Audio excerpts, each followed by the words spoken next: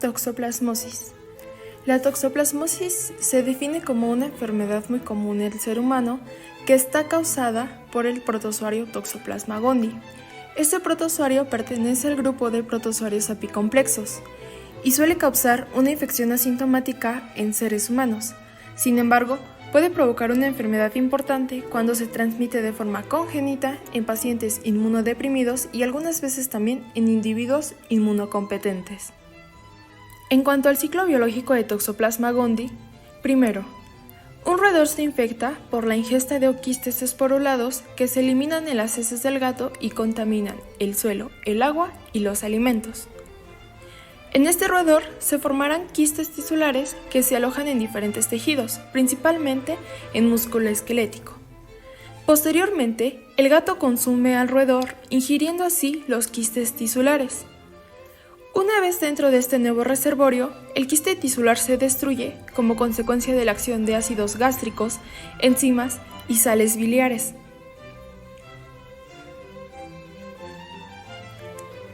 De este modo, los bradizoitos son liberados en el intestino delgado y comienzan a invadir a los enterocitos.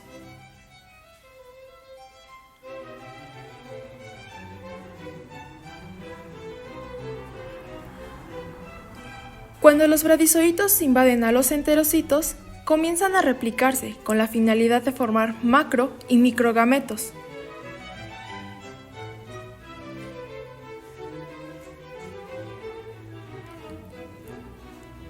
El microgameto posee un flagelo que le permite desplazarse sobre el epitelio intestinal para fecundar al macrogameto, lo que da origen a un nuevo quiste.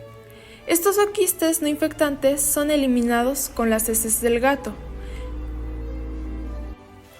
Los oquistes esporulan en el medio externo entre 1 a 5 días y se forman en el interior del oquiste 8 esporozoitos. Los animales de consumo humano se infectan ingiriendo los oquistes infectantes y desarrollan quistes tisulares, que se albergan en diferentes tejidos. De este modo, uno de los principales mecanismos de transmisión es el ingerir carne cruda o mal cocida con quistes tisulares, o por la ingesta de oquistes infectantes en agua contaminada. De igual modo, puede haber infecciones gracias a transfusiones sanguíneas por trasplante de órganos y también porque Toxoplasma es capaz de atravesar la membrana transplacentaria. En individuos inmunocomprometidos, la toxoplasmosis puede ser fatal y puede ocasionar encefalitis toxoplásmica. En cuanto a las manifestaciones clínicas, primero, en personas inmunocompetentes suele ser asintomática. Aproximadamente solo un 10 y 20% de los pacientes pueden desarrollar un cuadro similar al de la mononucleosis, donde la linfadenopatía cervical es el síntoma más frecuente. Sin embargo, el curso de esta infección suele ser benigno y autolimitado. En pacientes inmunodeficientes son susceptibles a desarrollar enfermedades en el sistema nervioso central, miocarditis, corioretinitis y neumonía intersticial. La encefalitis toxoplásmica es la causa más común de lesiones por masas intracerebrales y es causada por la reactivación de una infección previa. Es decir, estos pacientes eran sanos portadores de Toxoplasma gondii, sin embargo, este estado de inmunodeficiencia los orilló a que esta infección se reactivara y causara todas estas manifestaciones clínicas. En cuanto a la toxoplasmosis congénita, se define como el resultado de una infección primaria aguda adquirida por la madre durante el embarazo. Y nosotros podemos encontrar en nuestros pacientes una tríada muy importante que se conoce como la tríada de Sabin, que consiste en hallar calcificaciones intracerebrales, corioretinitis e hidrocefalia. Sin embargo, si a esta tríada se le suman episodios de convulsiones, se convierte en la tetrada de Sabin. En cuanto al diagnóstico de toxoplasmosis, se puede realizar a partir de diferentes métodos. Primero, la observación de parásitos en muestras de pacientes, como puede ser de material de lavado broncoalveolar o biopsia de ganglios linfáticos. También el aislamiento de parásitos en sangre u otros fluidos corporales. Las pruebas serológicas son muy importantes para poder diagnosticar Toxoplasma gondii y la detección mediante PCR es de gran utilidad para el diagnóstico. Los estudios de imagen son una herramienta muy importante como la tomografía computarizada, ya que nos va a permitir observar calcificaciones si es que las hay. En cuanto al tratamiento, las guías de práctica clínica recomiendan el uso de pirimetamina más sulfadiazina y también trimetoprim con sulfametoxazol. Sin embargo, es importante recordar que en la toxoplasmosis congénita es el mismo tratamiento más ácido fólico. En cuanto a prevención, es importante el lavado adecuado de frutas y vegetales antes de su consumo. También evitar el consumo de carne cruda o mal cocida. Lavarse las manos después de manipular carne cruda. Evitar que los gatos domésticos deambulen libres en la calle y se alimenten de fauna silvestre. Los oquistes se destruyen lavando los areneros de los gatos con agua casi hirviendo durante 5 minutos. Si se limpia a diario, los oquistes no pueden esporular y de este modo no podremos infectarnos. También es importante controlar a los vectores como moscas y cucarachas. Neumocistosis. La neumocistosis es una infección presente en pacientes con el virus de la inmunodeficiencia humana. Epidemiología. Es una enfermedad cosmopolita. Se ha reportado en todo el mundo, donde destacan países como Estados Unidos, Canadá, Chile, Europa Central y Sudáfrica. Pneumocystis jirovecii se encuentra en el medio rural y urbano y se ha aislado en el agua, aire, así como en diversos sitios hospitalarios. La enfermedad sintomática es inusual en la población general. Las pruebas serológicas indican que han ocurrido infecciones asintomáticas en la mayoría de las personas desde temprana edad y su evidencia acumulada sugiere una transmisión por vía aérea. En cuanto a su etiología, Pneumocystis jirovecii, anteriormente llamado Pneumocystis carinii, era considerado un protozo.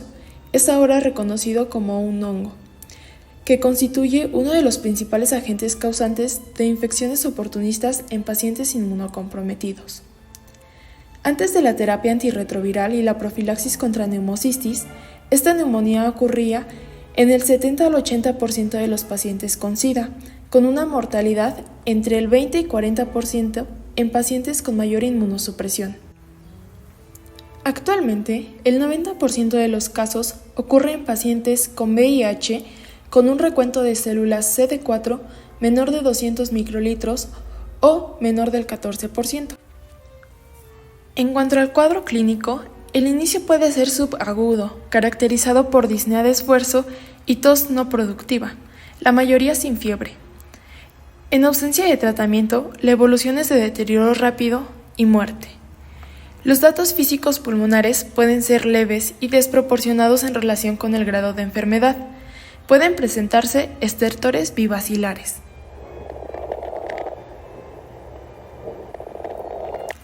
Los niños pueden progresar a insuficiencia respiratoria con presencia de aleteo nasal y tirajes intercostales con cianosis en casos severos. Un segundo patrón se presenta en pacientes con inmunodeficiencia desconocida, con comienzo súbito de hipoxemia, fiebre, tos, taquipnea y disnea, la cual progresa rápidamente a compromiso respiratorio severo. En todos los casos, el examen clínico evidenciará solo la disnea cuando está presente y tos seca, dado que la auscultación pulmonar suele ser normal. En una tercera parte de los pacientes pueden auscultarse crépitos basales, constituyendo un signo de mal pronóstico por el gran compromiso pulmonar que estos representan. En cuanto al diagnóstico, debe sospecharse la entidad en pacientes sintomáticos respiratorios, especialmente aquellos con disnea, tos seca e hipoxemia con o sin fiebre y con presencia de factores de riesgo tales como episodios de neumonía bacteriana recurrentes, infección por VIH con recuento de células CD4 menor a 200 células por microlitro, carga viral elevada, presencia de candidiasis oral, pérdida de peso y antecedente de neumocistosis. La radiografía de tórax revela la presencia de infiltrado intersticial difuso con un patrón que inicia en las regiones parailiares y progresa a las zonas apicales y periféricas. En el 20% de los casos se pueden encontrar lesiones quísticas y neumotórax. En las fases iniciales, la tomografía de tórax ayuda en la sospecha diagnóstica por la presencia de opacidad difusa en vidrio esmerilado. En el ámbito del laboratorio, en los análisis de química sanguínea puede encontrarse elevación de la deshidrogenasa láctica, la cual es un marcador inespecífico de inflamación y lesión alveolar. Por medio de la reacción en cadena de la polimerasa, se ha mostrado una sensibilidad mayor del 90% en muestras de lavado broncoalveolar. El microorganismo no es cultivable, por lo cual el diagnóstico requiere la visualización del hongo. Esto se puede lograr por medio de esputo inducido, aspirado traqueal, lavado broncoalveolar y cepillado bronquial, biopsia transbronquial y biopsia abierta. No obstante, los dos últimos procedimientos no son recomendables en aquellos pacientes con compromiso severo dadas las complicaciones. En cuanto al tratamiento, el medicamento de elección es trimethoprim y sulfametoxazol. Inicialmente se administra por vía endovenosa, pero puede darse por vía oral ambulatoriamente en pacientes con enfermedad leve y moderada y en aquellos que no presentan problemas para su absorción. La dosis recomendada es de 15 a 20 miligramos por kilo al día de trimethoprim y 75 a 100 miligramos por kilogramo al día de sulfametoxazol, cada 6 a 8 horas por 21 días en pacientes con SIDA y en otros pacientes por 14 días. Si no se dispone de trimethoprim, puede cambiarse por clindamicina de 600 a 900 miligramos cada 8 horas por vía intravenosa o 300 a 450 miligramos vía oral cada 6 a 8 horas. Y como alternativa en pacientes con enfermedad severa, podemos administrar clindamicina intravenosa más primaquina, de 15 a 30 miligramos por día en vía oral o pentamidina 4 miligramos por kilogramo al día en infusión venosa en más de 60 minutos. El uso de corticosteroides es necesario en pacientes con un cuadro severo. Saturación de oxígeno menor a 70 milímetros de mercurio en gases arteriales al aire o diferencia alveolo-arterial mayor de 35 milímetros de mercurio. Deben iniciarse dentro de las primeras 72 horas de inicio del antibiótico y se recomienda 40 miligramos de prednisona oral cada 12 horas por 5 días, luego 40 miligramos cada día por 5 días y completar 11 días con 20 miligramos al día. Si se requiere vía parenteral, puede usarse metilprednisolona al 75% de la dosis correspondiente de prednisolona. Citomegalovirus. El citomegalovirus es un herpes virus B, cuyo nombre se deriva del efecto citopático que produce en cultivo celular, además de inclusiones nucleares conocidas como células en ojo de lechuza. Este virus produce inclusiones citoplasmáticas perinucleares y citomegalia, la cual es su característica general y posee el genoma más grande de los herpes virus. Epidemiología. La infección es de distribución mundial. Se estima que alrededor del 50 al 75% de los adultos ha desarrollado anticuerpos y aproximadamente entre el 10 al 15% de los niños se infectan durante los primeros 5 años de vida. Más adelante, la frecuencia aumenta del 1 al 2% por año durante la adultez, probablemente a causa del contacto personal cercano, incluyendo el contacto sexual con una persona que excreta el virus. Entre los adultos jóvenes, a menudo se transmite sexualmente por medio del semen y fluidos cervicovaginales. La excreción del virus es especialmente prolongada después de las infecciones congénitas y perinatal. Alrededor del 35% de los lactantes que cursan con esta infección pueden propagar el virus hasta los 5 años de edad. En cuanto a su patogenia, citomegalovirus infecta células epiteliales de la mucosa, células endoteliales vasculares y leucocitos. Además, la infección de los monocitos ocasiona la disfunción de estos fagocitos, lo que propicia un aumento a la predisposición a sobreinfecciones fúngicas y bacterianas. Cuando estas células con infección latente entran en contacto con los linfocitos T activados, los primeros se activan para diferenciarse en macrófagos, que pueden producir más copias del virus. Una vez infectado, el individuo probablemente sea portador del virus toda la vida, similar a lo que sucede con otros virus del herpes. Sin embargo, los síndromes por reactivación son frecuentes cuando se deteriora la inmunidad mediada por linfocitos T. Por ejemplo, después de un trasplante de órgano, neoplasias o en caso de inmunodeficiencias adquiridas como el VIH, o bien en pacientes graves en la unidad de cuidados intensivos.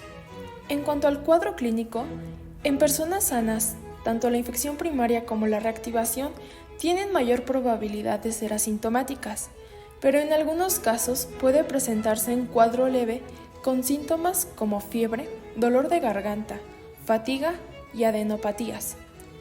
Algunos adultos jóvenes cursan un cuadro similar a la de la mononucleosis o bien a la hepatitis. La infección congénita por este virus constituye una gran preocupación, porque en el útero puede transmitirse verticalmente en el feto, lo cual puede causar sordera y otros defectos congénitos. Ante la exposición física, el 90% de los lactantes parecen normales o asintomáticos. No obstante, el seguimiento a largo plazo ha indicado que del 10 al 15% ocasiona pérdidas auditivas neurosensoriales o discapacidad intelectual psicomotora o ambos. Los neonatos con patologías sintomáticas presentan una gran variedad de defectos u otros trastornos, como hepatoesplenomegalia, ictericia, anemia, trombocitopenia, bajo peso al nacer, microcefalia y corioretinitis. Es un patógeno importante en pacientes con VIH, en quienes causa retinitis o infección diseminada. Los síntomas que causan el hospedador inmunodeprimido son fatiga, fiebre, anorexia, diaforesis nocturna, artralgias y mialgias. Durante estos episodios pueden presentarse trastornos de la función hepática, leucopenia, trombocitopenia y linfocitosis atípica. Induce diversas complicaciones como hepatitis, colitis, neumonitis, esofagitis y retinitis. La aparición de taquipnea, hipoxia y tos no productiva indican daño en el aparato respiratorio. Por otra parte, la infección digestiva puede ser localizada o extensa. Es frecuente la colitis y la aparición de úlceras en esófago, estómago y colon, que pueden evolucionar a una perforación. En cuanto al diagnóstico, el dato característico de esta infección es la aparición de linfocitos atípicos en sangre periférica. Estas células son predominantemente linfocitos CD8 activados. La activación policlonal de los linfocitos B por el virus contribuye a la aparición de factores reumatoides. Sin embargo, existen otras técnicas por las que se puede realizar el diagnóstico, como la detección de células, antígeno o ADN de tejidos infectados, detección de ADN o antígeno viral en líquidos corporales, aislamiento del virus a partir de tejido o secreciones y demostración de seroconversión. En cuanto al tratamiento, se ha demostrado que el ganciclovir, un análogo nucleósido de la guanosina, estructuralmente similar a la ciclovir, inhibe la replicación del virus y previene la infección en pacientes con SIDA y en receptores de trasplantes. También está indicado para reducir la gravedad de desarrollar retinitis y enfermedades gastrointestinales. El Foscarnet, un segundo medicamento aprobado para la terapia de la enfermedad, también resulta eficaz. Sin embargo, sus efectos tóxicos son principalmente renales. En cuanto a la prevención, el uso de donadores seronegativos disminuye la propagación asociada a transfusiones. Disminuye su propagación asociada a estos procedimientos, lavarse las manos, evitar el contacto con lágrimas, saliva y secreciones de una persona infectada, así como evitar compartir alimentos y bebidas. Y las prácticas sexuales seguras con el uso de preservativos. Herpes zóster. La reactivación del virus de la varicela zóster es la responsable de causar una enfermedad infecciosa aguda y autolimitada. La varicela es una enfermedad leve y altamente contagiosa, principalmente en niños, caracterizada clínicamente por una erupción vesicular generalizada en la piel y las membranas mucosas. Mientras que el herpes zóster o culebrilla es una enfermedad esporádica e incapacitante de personas mayores o inmunocomprometidas. Se caracteriza por dolor y un exantema de distribución limitada a la piel inervada por un solo ganglio sensorial. Ambas enfermedades son causadas por el mismo virus, mientras que la varicela es una enfermedad aguda que sigue al contacto primario con el virus. El herpes zóster es la respuesta de un hospedero parcialmente inmune a la reactivación del virus de la varicela, presente en forma latente en las neuronas de los ganglios sensoriales. Epidemiología. Es una enfermedad de distribución mundial que afecta a todos los grupos humanos. Es más frecuente en personas mayores de 50 años, especialmente en mujeres. Tiene prevalencia en los meses de invierno y primavera. Tienen mayor riesgo las personas inmunocomprometidas que cursan con VIH, lupus eritematoso sistémico, artritis reumatoide, enfermedad inflamatoria intestinal, esclerosis múltiple y psoriasis. De igual forma, se ha estimado que 13% de los casos de herpes zóster cursan con diabetes mellitus tipo 2. Fisiopatología. La diseminación del virus provoca infección del tracto respiratorio superior del paciente, seguida de replicación en los ganglios linfáticos regionales y viremia primaria.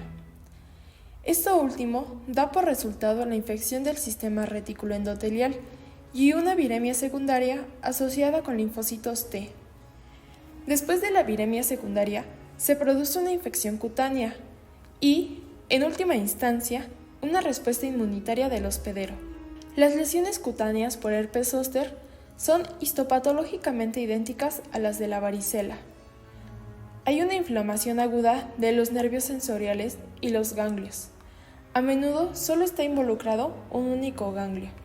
Las lesiones en la piel se corresponden estrechamente con las áreas de inervación de un ganglio de la raíz dorsal individual. Sin embargo, no está claro qué desencadena la reactivación de las infecciones latentes por este virus en los ganglios, pero se cree que la inmunidad decreciente permite que se produzca la replicación viral en un ganglio, lo que causa inflamación y dolor intenso. El virus viaja por el nervio hasta la piel, induce la formación de vesículas. La inmunidad mediada por células es probablemente la defensa del hospedero más importante para la contención de este virus. Cuadro clínico. El herpes zóster generalmente ocurre en las personas inmunocomprometidas como resultado de una enfermedad, un tratamiento o el propio proceso de envejecimiento. Y por lo general, comienza con un dolor intenso en la piel o la mucosa irrigada por uno o más grupos de nervios sensoriales y ganglios. A menudo es unilateral. Unos días después del inicio, aparece un cultivo de vesículas sobre la piel irrigada por los nervios afectados. Es frecuente en zonas del tronco, la cabeza y el cuello. La división oftálmica del nervio trigémino se encuentra involucrada en el 10 al 15% de los casos, y su etapa aguda se caracteriza por la presencia de tumefacción de los párpados, conjuntivitis, lesiones vesiculares de la conjuntiva y raramente uveitis y neuritis óptica. La complicación más común por herpes zóster en adultos mayores es la neuralgia posherpética, un dolor prolongado que puede continuar durante meses. En cuanto al diagnóstico, la detección directa de antígeno fluorescente y las pruebas de PCR son útiles por su sensibilidad, especificidad y rapidez. El ADN viral se puede detectar en el fluido de vesículas, raspados de la piel, en fluidos corporales y muestras de tejido. En los frotis, específicamente el frotis de Tzanck, de raspados o exudados de la base de vesículas, se observan células gigantes multinucleadas. Esta morfología celular está ausente en las vesículas no herpéticas. En la microscopía electrónica, los herpesvirus pueden diferenciarse de los poxvirus por la apariencia morfológica de sus partículas en los fluidos vesiculares. Con pruebas de anticuerpos fluorescentes y en inmunoensayo enzimático, se puede detectar un aumento en el título de anticuerpos específicos en el suero de los pacientes. En cuanto al tratamiento, en niños normales, la varicela es una enfermedad leve y no requiere tratamiento, pero en los recién nacidos y los pacientes inmunodeprimidos con infecciones graves deben ser tratados. Se comienza con fármacos antivirales en las primeras 72 horas, luego del inicio del exantema, y se valora el tratamiento después de las 72 horas, cuando todavía estén presentes o formándose nuevas vesículas.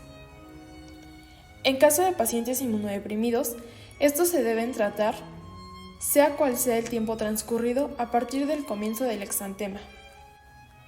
Algunos de los antivirales que proporcionan un tratamiento eficaz contra el virus del herpes zóster son el aciclovir, 800 miligramos 5 veces al día durante 7 a 10 días, y el valaciclovir, 1 gramo 3 veces al día. El famciclovir, 500 miligramos 3 veces al día, y el foscarnet. En el caso del aciclovir, puede prevenir el desarrollo de enfermedades sistémicas en pacientes inmunodeprimidos, infectados con varicela, y puede detener la progresión del herpes zóster en adultos. De igual forma, reduce las complicaciones oculares. Sin embargo, el aciclovir no parece prevenir la neuralgia posherpética. Prevención. La vacuna contra herpes zóster se recomienda para personas con afecciones médicas crónicas y para adultos mayores de 60 años. Criptococosis. La criptococosis es una infección fúngica oportunista frecuente en los pacientes con SIDA, causada por la levadura Cryptococcus, adquirida por la inhalación de este microorganismo. Las dos especies, Cryptococcus neoformans y Cryptococcus gattii, pueden causar criptococosis en seres humanos y provocar una infección pulmonar que puede extenderse al sistema nervioso central por vía hematógena. Epidemiología. La criptococosis se describió por primera vez en el decenio de 1890, pero fue una enfermedad poco común hasta mediados del siglo XX, cuando los avances en el diagnóstico y el aumento en el número de los individuos con inmunodepresión incrementaron en forma notable su prevalencia. La enfermedad por Cryptococcus gattii no se vincula con déficits inmunitarios específicos y a menudo aparece en personas con buena respuesta inmunitaria. En el año 2012 se calculó que la carga mundial de criptococosis era de casi 1 millón de casos, con más de 600,000 muertes al año.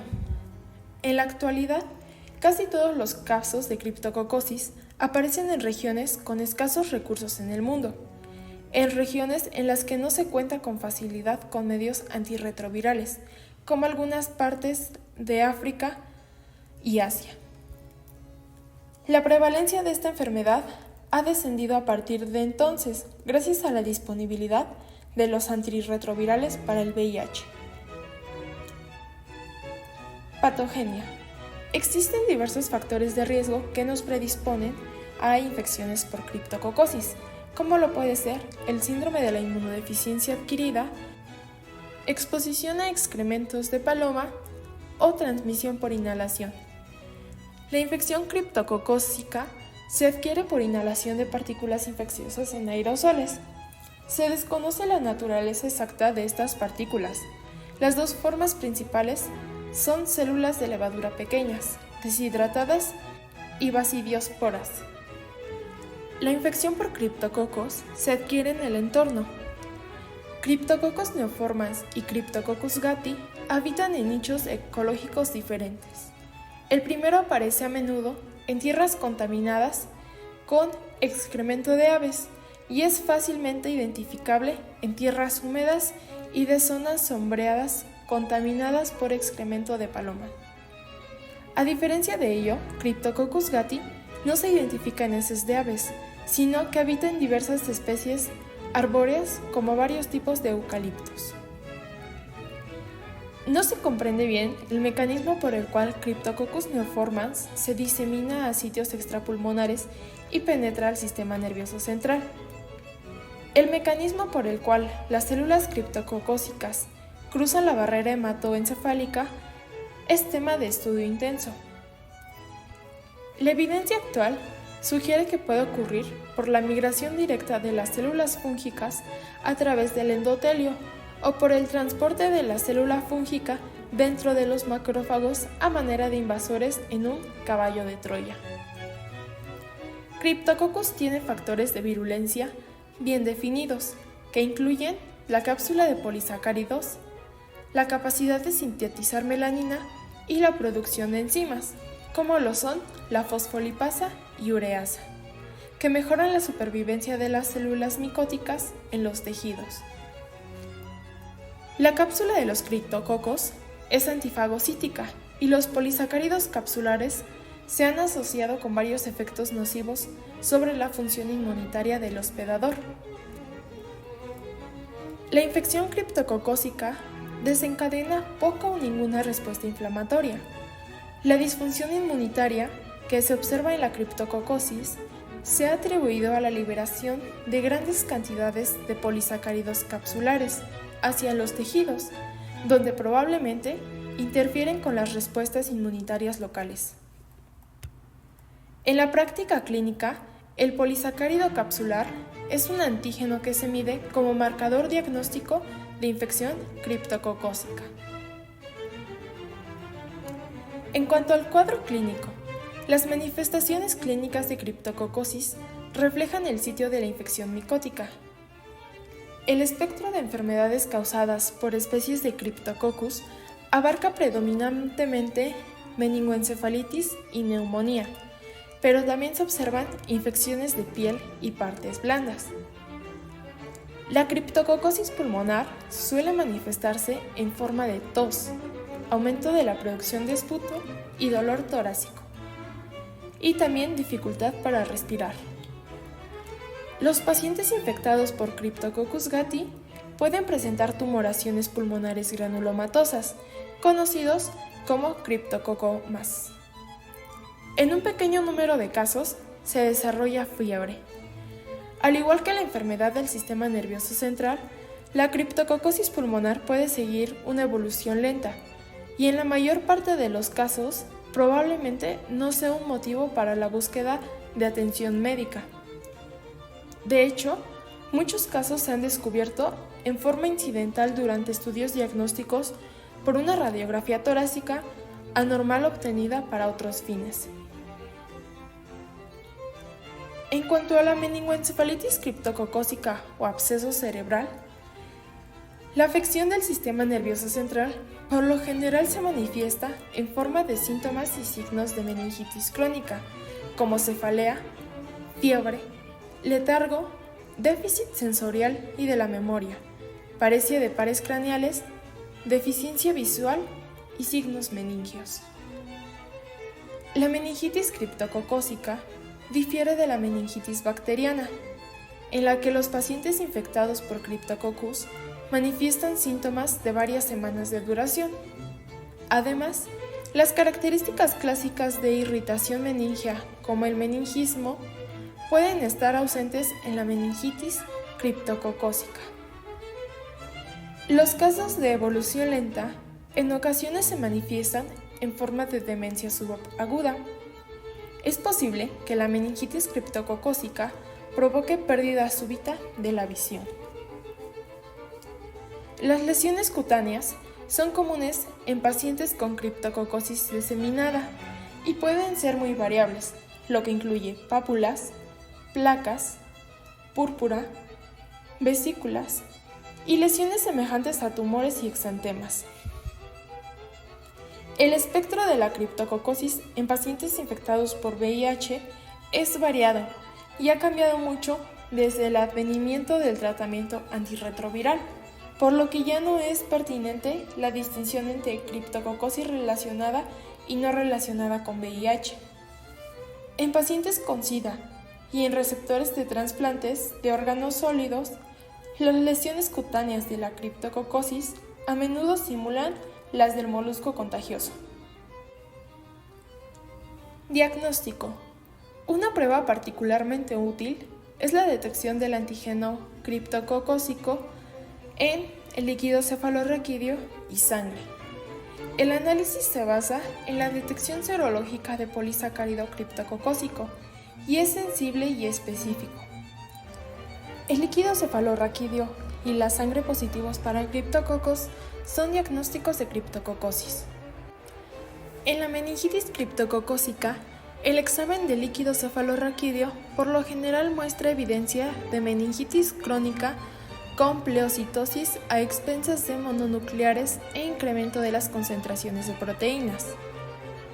La visualización de la cápsula de células micóticas en el líquido cefalorraquídeo mezclado con tinta china es una técnica diagnóstica rápida y útil. Las células criptococósicas en tinta china tienen un aspecto característico, porque su cápsula excluye las partículas de tinta. Sin embargo, el examen con tinta china puede reportar resultados negativos en pacientes con baja carga micótica. El musicarmín tiñe la gruesa cápsula interna de polisacáridos de color rojo brillante. El cultivo de hongos en agar saburao, que muestra de 5 a 10 micrómetros de levadura, la cápsula gruesa de polisacáridos y una brotación estrecha y desigual del hongo. En cuanto a estudios de imagen, podemos apoyarnos de la resonancia magnética, la cual nos mostrará lesiones en burbujas de jabón en la encefalitis criptococósica. En cuanto al tratamiento, la criptococosis tiene dos patrones generales de manifestaciones. La criptococosis pulmonar, sin evidencia de diseminación extrapulmonar, y la criptococosis extrapulmonar o sistémica, con o sin meningoencefalitis. La criptococosis en pacientes con infección por VIH siempre necesita tratamiento intensivo y se considera incurable a menos que la función inmunitaria mejore. En consecuencia, el tratamiento para criptococosis en caso de SIDA tiene dos fases. La primera, el tratamiento de inducción, dirigido a reducir la carga micótica y aliviar los síntomas. Y la segunda, el tratamiento de mantenimiento de por vida, para prevenir la recaída sintomática. La criptococosis pulmonar y extrapulmonar, sin datos de afectación del sistema nervioso central, puede tratarse con fluconazol, de 200 a 400 miligramos por día. En pacientes con enfermedad más extensa, puede añadirse flucitocina, de 100 miligramos por kilogramo al día, al régimen terapéutico con fluconazol durante 10 semanas con tratamiento de por vida de fluconazol.